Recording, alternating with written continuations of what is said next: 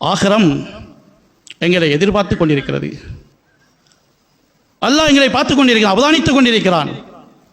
ஃபனாதிரின் கைஃப தஅமலூன், இந்த வாழ்க்கையை நீங்கள் எப்படி கழிக்கிறீங்க என்பதை அல்லாஹ் அவதானித்துக் கொண்டிருக்கிறான்.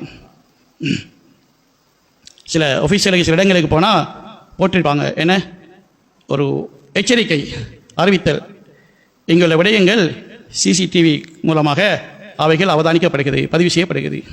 ஏன் அப்படி போடுறாங்க? கொஞ்சம் கவனமாக இருந்து கொள்ளுங்க. சும்மா தேவையில்லாத பேச்சுக்கள் பேசி மாட்டிக்கொள்ள வானாது.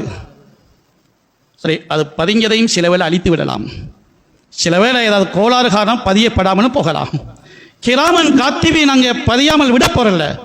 மாயல் ஃபிலுமின் கவுலின் இல்லாததே ரகீபுன் வாத்தீத், அவங்களோட வாயிலிருந்து வெளியாகிற ஒவ்வொரு வார்த்தைகளும் ரகீப் அதீபுட பதிவில் வராமல் தவறி போகவே மாட்டாது. கியாமத் நாளுடைய நிகழ்வை எல்லாம் சொல்லுவோம். ஒபதாலஹு மினல்லாஹி மாலம் யகூன் யஹ்தஸிபூன், அவன் நினைச்சு கூட பார்த்திருக்க மாட்டார்கள் இந்த மறுமையில இந்த அற்ப விஷயமும் எடுக்கப்படுமா? சாதாரண விஷயம் இது கூட இங்கே எடுக்கப்பட்டிக்கா? நினைச்சு கூட பார்க்கல.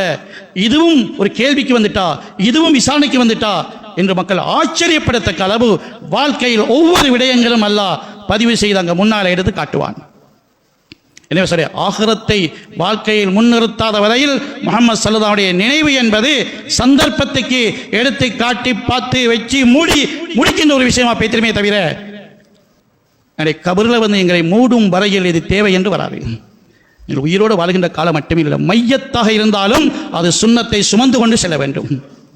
மரணத்த பின்னரும் கபருக்கு சென்று அந்த கபரில் வைக்கக்கிலையும் முஹம்மது ஸல்லல்லாஹுடைய வழிமுறை தான் பின்பற்றப்பட வேண்டும். இந்த கபருக்கில் எப்படி மையத்தை இறக்கிறது, பள்ளிக்கு நுழையக்கிலையும் எந்த காலை வச்சு பள்ளிக்கு நுழையணும் என்பது முஹம்மது ஸல்லல்லாஹு வழிகாட்டில் வந்திருக்கோ, இந்த கபருக்கில் மையத்தை இறக்குகின்ற போது எதை முன் வச்சு இறக்கணும் என்பதும் வழிகாட்டப்பட்டிருக்கிறது.